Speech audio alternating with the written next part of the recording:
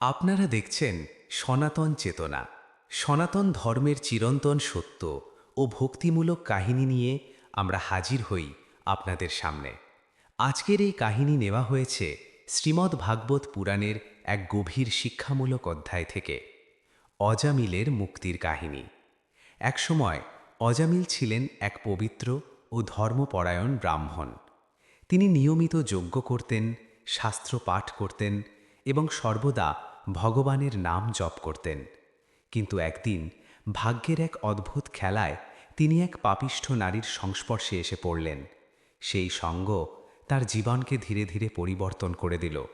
ধর্মপথ থেকে সরে গিয়ে তিনি আসক্ত হয়ে পড়লেন ভোগবিলাস, মিথ্যা ও অন্যায়। চুরি, প্রতারণা সব কিছুই তার জীবনের অংশ হয়ে গেল। এইভাবে কেটে গেল বহু বছর। তবুও তার জীবনে একটুখানি আলো ছিল, তার ছোট ছেলেটি, যার নাম তিনি রেখেছিলেন নারায়ণ। অজামিল সেই শিশুকে খুব ভালোবাসতেন। দিন রাত তিনি তাকে ডাকতেন, নারায়ণ, এখানে এসো, নারায়ণ, আমার পাশে বসো।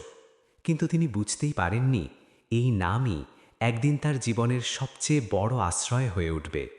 সময়ের চাকা ঘুরতে ঘুরতে একদিন এলো সেই ভয়ঙ্কর মুহূর্ত। অজামিলের মৃত্যু সময় উপস্থিত হল। তার চারপাশে নেমে এলো এক অদ্ভুত ভয়ঙ্কর পরিবেশ। হঠাৎই উপস্থিত হল যমদূতেরা। ভয়ঙ্কর রূপ, কঠোর দৃষ্টি। তারা অজামিলের আত্মাকে নিয়ে যেতে এসেছে। ভয়ে কাঁপতে কাঁপতে অজামিল চিৎকার করে উঠলেন, নারায়ণ, নারায়ণ। তিনি তার ছেলেকে ডাকছিলেন, কিন্তু সেই ডাক পৌঁছে গেল ভগবানের কাছে। সেই মুহূর্তেই আকাশ আলোকিত হয়ে উঠল। প্রকাশ পেলেন বিষ্ণুর দিব্য দূতেরা, শান্ত, উজ্জ্বল, দিব্য আলোয় পরিপূর্ণ।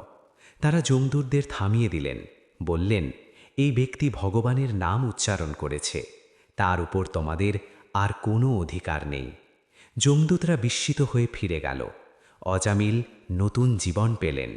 তিনি বুঝতে পারলেন ভগবানের নাম কতটা শক্তিশালী। এরপর তিনি সত্যিই ভক্তির পথে ফিরে এলেন। সব পাপ ত্যাগ করে শুদ্ধ মনে ভগবানের সাধনা করতে লাগলেন। অবশেষে জীবনের শেষ মুহূর্তে তিনি সত্যিকারের মুক্তি লাভ করলেন। এই কাহিনী আমাদের শেখায়, ভগবানের নাম কখনো বৃথা যায় না। একবার সত্য হৃদয়ে উচ্চারণ করলেও তা জীবনের অন্ধকার দূর করতে পারে। তাই আসুন আমরা সবাই ভক্তি ভরে নাম স্মরণ করি। শেষে লিখে দিবে